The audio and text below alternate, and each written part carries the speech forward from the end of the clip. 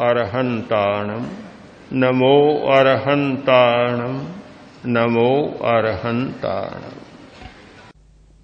ध्यान एक प्रक्रिया है चेतना को बदलने, चेतना को समझने की और चेतना के रूपांतरण की।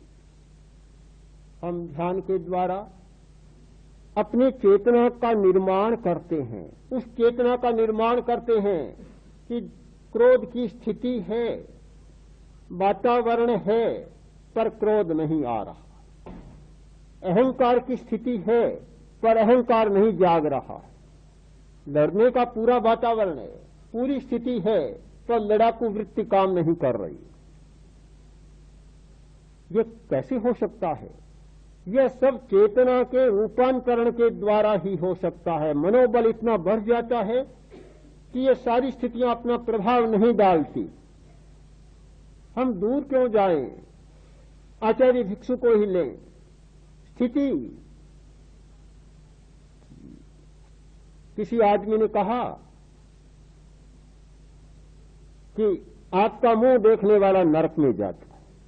सुनी बात है, आपने बहुत बार सुनी है, केवल व्याख्या करना चाहता हूं। कोई आदमी आकर कहे कि आपका मुंह देखने वाला नरक में जाता है, क्या गुस्सा नहीं आए? स्वाभाविक है, आना चाहिए। न आए तो अधिक मानता हूं, आना तो चाहिए, स्वाभाविक भाषा में आना चाहिए। तो उस स्थिति में कोई व्यक्ति ये कहे तो भाई ठीक है, बहुत अच्छी बात है, और तुम्हारा मुंह देखने वाला स्वर्ग में जाता है, बहुत अच्छा हुआ, मैंने तुम्हारा मुंह देखा, मैं स्वर्ग में जाऊंगा और तुम अपनी जानो। ये बात कैसी हो सकती है? तभी हो सकती है जबकि चेतना का रूपांतरण हो जाए। परिस्थिति है, यहां परिस्थिति बात को एक चुनौती है। लोग विश्वास करते हैं कि जैसी परिस्थिति होती है वैसा आदमी बनता है। मैं आपसे यह कहना चाहता हूं कि परिस्थिति होने पर भी आदमी वैसा नहीं बनता यदि चेतना वैसी बन जाती है। मैंने देखा, अपनी आंखों से देखा, कानों से सुना। आचार्य तुलसी के पास एक भाई आया, आकर बोला कि मैं आपसे शास्त्रार्थ करना चाहता। आचार्य श्री ने कहा किस लिए? कि मैं आपसे करना चाहता हूं। आचार्य श्री ने कहा शास्त्रार्थों का युग बीत गया, पुराना जमाना था, ये अखाड़े चलते थे, आज तो वह युग बीत गया। किस लिए करना चाहता हूं? आदमी बहुत भला था, बहुत साफ ईमानदार आदमी था। ईमानदार नहीं होता तो मन की बात नहीं कहता। उसने साफ साफ बात कह दी कि मैं आपको पराजित करना चाहता हूं, हराना चाहता हूं। आशीष ने कहा इतनी छोटी सी बात के लिए इतना बड़ा शास्त्रार्थ? बहुत छोटी सी बात है, हराने की बात। तुम्हारा उद्देश्य तो यही है कि शास्त्रार्थ कर और आचार्य तुलसी को हराना चाहता हूं, तो क्यों इतना अड़ंगा रचते हो भाई? मान लो तुम कि तुम जीते और मैं हारा, बात समाप्त है। क्या परिस्थिति नहीं है कि कोई आदमी आकर कहे कि मैं तुम्हें हराना चाहता हूं और उत्तेजना न आए? कोई ये बात कह दे मैं तुम्हें हराना चाहता हूं, कब हराएगा पता नहीं, पर एडी से चोटी तक पसीना भी आ जाए और साथ साथ लाली भी छा जाए। बड़ी समस्या होती है। हम इस अंधविश्वास में न जाएं, इस भ्रांति में न जाएं कि जैसी परिस्थिति होती है आदमी वैसा बनता है। मानता हूं जब तक चेतना नहीं बदलती, ध्यान के द्वारा व्यक्ति अपनी चेतना का रूपांतरण नहीं करता, तब तक तो ये सच्चाई है कि जैसी परिस्थिति वैसी चेतना और वैसा आदमी। किंतु जब ध्यान के द्वारा हम एक प्रकार की अपनी चेतना का निर्माण कर लेते हैं, अपने मनोबल को बढ़ा लेते हैं, तो परिस्थिति सामने आती है और हम उससे कभी प्रभावित नहीं होते। हम वही करते हैं जो अपनी चेतना के स्तर पर घटित होता है। हजारों घटनाएं हमारे सामने हैं। यह परिस्थितिवाद आत्मवाद के सामने, चैतन्यवाद के सामने कार्य कर नहीं होता। संतुलन, तटस्थता, ये सारी घटनाएं हमारी परिवर्तित चेतना में ही घटित होती है। मैं ध्यान को जिस रूप में देखता हूं वह रूप है केवल एक वर्तमान का क्षण। मेरी दृष्टि में अहिंसा, ध्यान, साधुत्व ये कोई दो नहीं है, बिल्कुल नहीं है। जो अहिंसा की परिभाषा है वही ध्यान की परिभाषा है, जो ध्यान की परिभाषा है वही अहिंसा की परिभाषा है।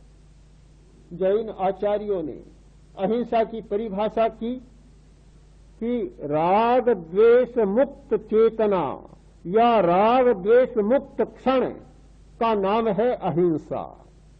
जिस क्षण में, जिस चेतना में न राग और न द्वेष, उस चेतना का नाम है अहिंसा। ध्यान की परिभाषा और क्या है कि जिस चेतना में न राग और न द्वेष, केवल समता, उस चेतना का नाम है ध्यान।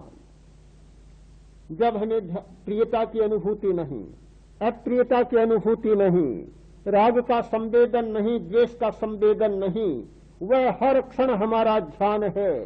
फिर चाहे हम भोजन करते हैं, चलते हैं, खाते हैं, पीते हैं, सोते हैं, वह भी ध्यान है। सोने में भी ध्यान घटित होता है। आप ये न माने कि जागने की स्थिति में ही ध्यान होता है, सोने में भी ध्यान होता है। और सोने में भयंकर विलाप भी होता है। एक आदमी नींद लेता है, नींद में भयंकर अत्याचारी होता है। एक आदमी नींद लेता है, नींद में महाध्यानी भी होता है।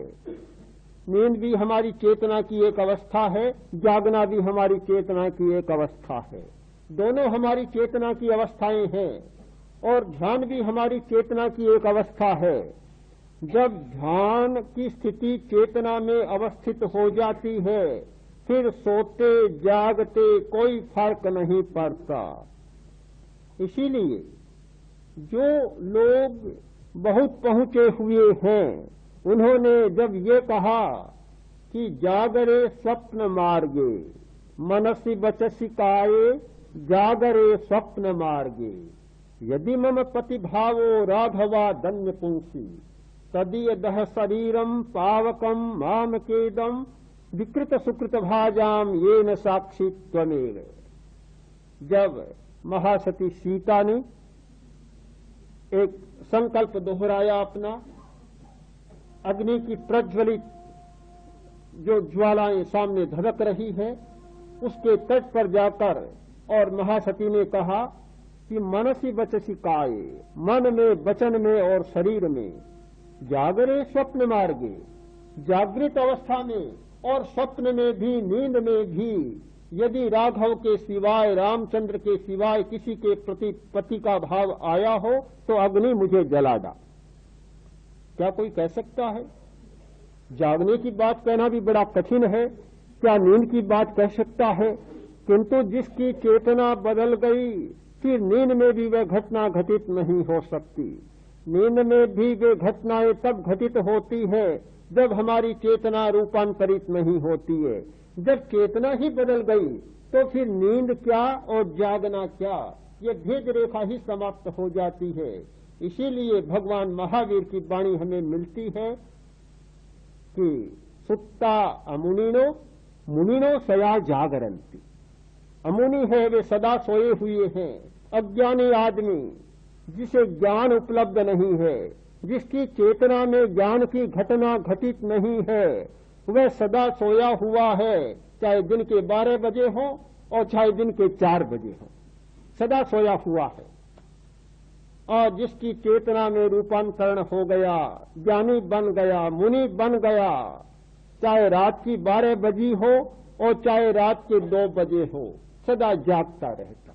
तो जागना और सोना ये दोनों चेतना के साथ जुड़े हुए हैं। ध्यान का एक जो सबसे बड़ा उद्देश्य, प्रयोजन मानता हूं, वह है चेतना का रूपांतरीकरण।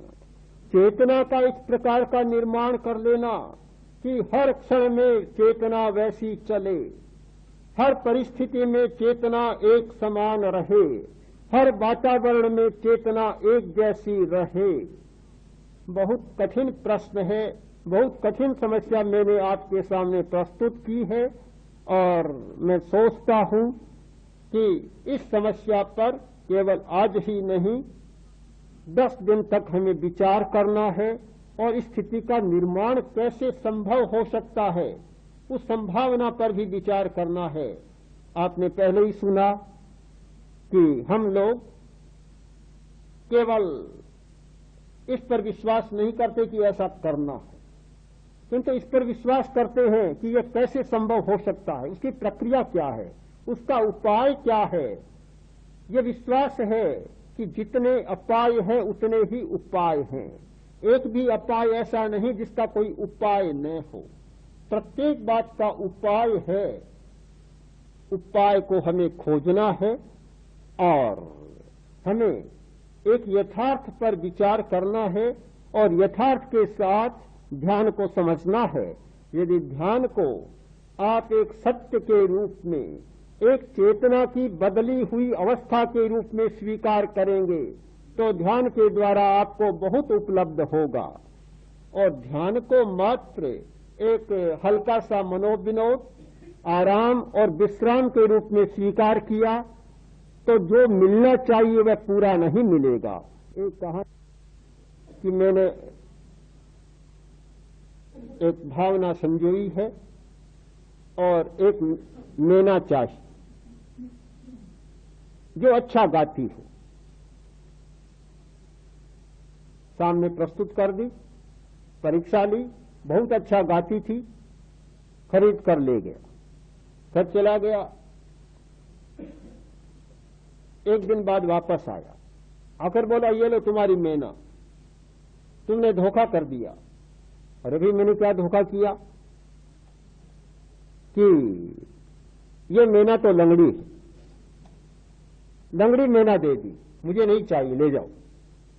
दुकानदार बोला भले आदमी, तुमने यही तो कहा था कि मुझे गाने वाली मैना चाहिए, तुमने कब कहा था कि मुझे नाचने वाली मैना चाहिए?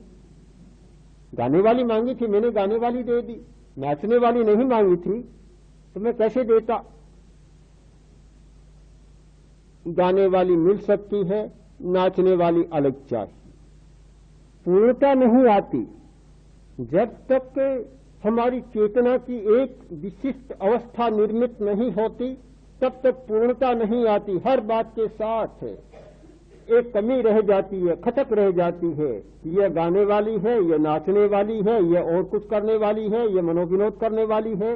बात अब अधूरी की अधूरी रह जाती है। किंतु जब चेतना का एक स्तर ऐसा निर्मित होता है कि ये सारी अधूरी बातें पूरी हो जाती है, जहां आकांक्षा ही समाप्त हो जाती है, अपेक्षा समाप्त हो जाती है और अधूरापन समाप्त हो जाता है, तो हम इस प्रकार की चेतना का निर्माण करने के लिए और अपने मनोबल को बढ़ाने के लिए ध्यान की विशिष्ट आराधना करें। वह ध्यान जो हमारी चेतना का ही एक प्रकार है, कोई अलग से नहीं, हमारी चेतना की एक अवस्था है और वह अवस्था कि जिस अवस्था के प्राप्त होने पर बहुत सारी काल्पनिक अवस्थाएं जो चेतना के समुद्र में एक तरंग के रूप में आती है, अपने आप विलीन होती है और हमारी चेतना का समुद्र सहज शांत बन जाता है।